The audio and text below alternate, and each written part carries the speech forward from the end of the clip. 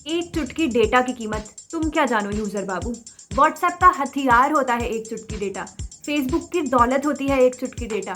हर government का ख्वाब होता है एक चुटकी डेटा। पैसा, घर, गाड़ी, बंगला, बिटकॉइन, ये सबके पास नहीं होता। लेकिन ट्रस्ट मी, इस दुनिया की सबसे कीमती चीज आपके और मेरे पास है, और वो है आपका और मेरा एक चुटकी डेटा। पर कोई कंपनी आपसे सिर्फ एक चुटकी नहीं, एक मुट्ठी भर डेटा मांगे तो क्या? और सिर्फ आपसे ही नहीं, 200 करोड़ से भी ज्यादा लोगों से जबरदस्ती डेटा मांगे तो क्या? तो क्या अब व्हाट्सएप को आपको डिलीट करना पड़ेगा? और व्हाट्सएप के थ्रू फेसबुक आपका डेटा क्यों लेना चाहता है? इससे आपको पर्सनल लेवल पे क्या प्रॉब्लम होगी, इंडिया को क्या प्रॉब्लम होगी, और इन प्रॉब्लम्स का कोई सोल्यूशन है या नहीं? इन सब सवालों के आंसर्स आज हम आपको बताएंगे। बट स्टार्ट यहां से करेंगे कि आखिर व्हाट्सएप ने आपके साथ किया क्या है। आप जब कोई भी ऐप इंस्टॉल करते हो, सबसे पहले एक परमिशन का पेज सामने आता है जिसमें 2 ऑप्शन होते हैं, एग्री और डिसएग्री। ऑल्दो पहले भी डिसएग्री का बटन बहुत ढूंढने पर मिलता था, बट प्रॉब्लम ये है कि नए व्हाट्सएप परमिशंस में डिसएग्री का बटन है ही नहीं। अगर आप एग्री का बटन दबाने वाले हो तो इसका मतलब है व्हाट्सएप आपका phone number, battery level, status या फिर चैटिंग पैटर्न्स जैसी पर्सनल इन्फॉर्मेशन फेसबुक के साथ शेयर करने वाला है। लेकिन चिंता मत कीजिए, आपके personal messages end to end encryption के साथ सेफ रहेंगे। तो 8 फेब के बाद आपको अच्छा लगे या ना लगे, आपका पर्सनल डेटा फेसबुक पर जाएगा।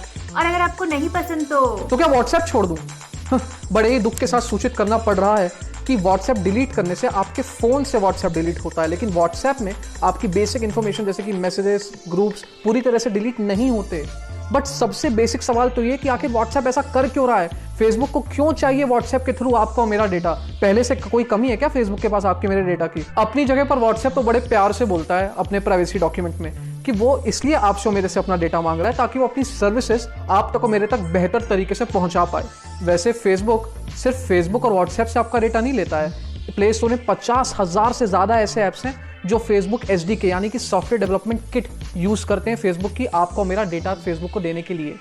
एग्जाम्पल के लिए मान लीजिए आपको गाने सुनने हैं और आपने स्पॉटिफाई ऐप इंस्टॉल कर लिया, उसको आपने यूज करने के लिए लॉग इन एज फेसबुक किया। ऐसा करने से आप चला तो स्पॉटिफाई रहे हो, लेकिन आप कौन सा गाना कब और कितने बार सुन रहे हो ये डेटा भी फेसबुक के पास जा रहा है। तो अपना पर्सनल डेटा देने से आपको, मेरे को, हम सब इंडिविजुअल्स को आखिर क्या फर्क पड़ता है? व्हाट्सएप एक ऐसा ऐप है जो हमारी डे टू डे लाइफ से सबसे ज्यादा जुड़ा होता है, और इस न्यू फीचर से हमारा डेटा और ज्यादा कंपनीज के साथ शेयर होगा, जिससे डेटा लीक होने के चांसेस और ज्यादा बढ़ जाएंगे। क्योंकि मुझे नहीं पता कि फेसबुक जिन कंपनीज के साथ मेरा डेटा शेयर कर पा रहा है वो मेरे डेटा को प्राइवेट रख सकती है या नहीं। तो कुल मिलाकर मेरे जैसे 200 करोड़ से भी ज्यादा लोगों का डेटा लीक होने के चांसेस बढ़ जाएंगे।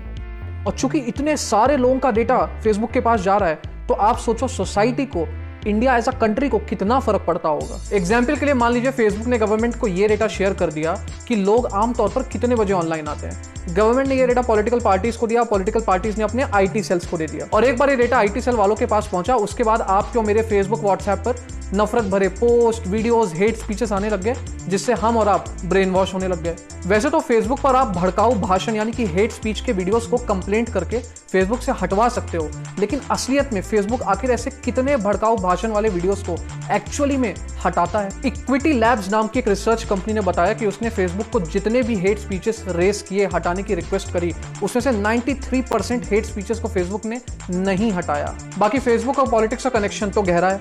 2020 में वॉल स्ट्रीट जर्नल की एक रिपोर्ट में बताया गया कि फेसबुक रूलिंग पार्टीज के लीडर्स को ज्यादा फेवर करता है, उनको ज्यादा छूट देता है बोलने की और लिखने की। और जैसे ही ये खबर इंडिया में आई तो कुछ ही महीनों में फेसबुक इंडिया पॉलिसी हेड अंकी दास को रिजाइन करना पड़ गया। तो देखा आपने, एक इंसान की पर्सनल इंफॉर्मेशन से लेकर देश की पॉलिटिक्स तक हमारे डेटा शेयर होने से हर लेवल पे प्रॉब्लम खड़ी हो चुकी है।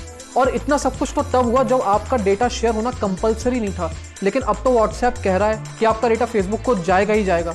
तो इससे जो प्रॉब्लम्स होने वाली हैं उनका सॉल्यूशन क्या होगा? Uninstall WhatsApp. अनफॉर्चुनेटली इसका शॉर्ट टर्म सोल्यूशन तो यही दिख रहा है। इनफैक्ट मार्केट में टेलीग्राम और सिग्नल जैसे ऐप्स के ज्यादा सिक्योर होने की न्यूज पहले से ही फैल चुकी है। चलो मान लो मैंने ये ऐप इंस्टॉल कर लिए, लेकिन मेरे सारे फ्रेंड्स और रिलेटिव्स क्या वो भी इस ऐप पर मूव करेंगे? और मेरे कंपनी के व्हाट्सएप ग्रुप्स, उनका क्या? और इसकी क्या गारंटी है कि ये ऐप्स भी कभी सिक्योरिटी का यू टर्न नहीं मारेंगे? इसका एक लॉन्ग टर्म सॉल्यूशन ये हो सकता है कि हमारे देश में एक इंडिपेंडेंट बॉडी बनाई जाए जो इंटरनेट कंपनीज यानी कि फेसबुक, व्हाट्सएप, इन सबको रेगुलेट कर सके। एग्जाम्पल के लिए यूरोपियन कंट्रीज की जो गवर्नमेंट पॉलिसीज है ना, उन्होंने एप्पल जैसी कंपनी को मजबूर कर दिया कि भाई अपने डब्बे में आईफोन के साथ ईयरफोन्स और चार्जर भी रख के दो, मजबूर कर दिया एप्पल को। यहाँ तो हम डेटा शेयरिंग की बात कर रहे हैं। इनफैक्ट यूके यानी कि यूनाइटेड किंगडम दुनिया का पहला ऐसा देश बनने वाला है जहाँ पे ऑनलाइन सेफ्टी रूल्स आने वाले हैं। और तो और इंडिया में भी data protection law drafting stage पे है, आने ही वाला है। लेकिन ये कह ही नहीं सकते कि ये लॉज आने के बाद यूके में और इंडिया में लॉज गवर्नमेंट को फेवर करेंगे या आपको और मेरे को फेवर करेंगे। क्या आपने ये न्यूज़ सुनी है कि कुछ दिन पहले एप्पल ने अपने ऐप्स को प्राइवेसी लेबल्स देना शुरू करा है, जिससे एप्पल यूजर्स अपने ऐप को सिक्योरिटी बेसिस पे कंपेयर कर पाएंगे। और उम्मीद है कि ये नया फीचर एंड्रॉयड 11 में भी आने वाला है। मगर कोई भी फीचर मार्केट में तब आता है जब कंपनी को लगता है कि यूजर्स उसे यूज़ करेंगे। तो आप भी थोड़ा ध्यान दीजिए और जितना टाइम एक हफ्ते में फ्रेश सब्जी ढूंढने में लगाते हैं, बस उसका आधा टाइम कोई भी ऐप इंस्टॉल करने से पहले उसकी प्राइवेसी रिसर्च में लगाएं। तो प्रॉब्लम ये नहीं है कि आपकी और मेरी सबसे कीमती चीज यानी हमारा डेटा कॉम्प्रोमाइज हो रहा है।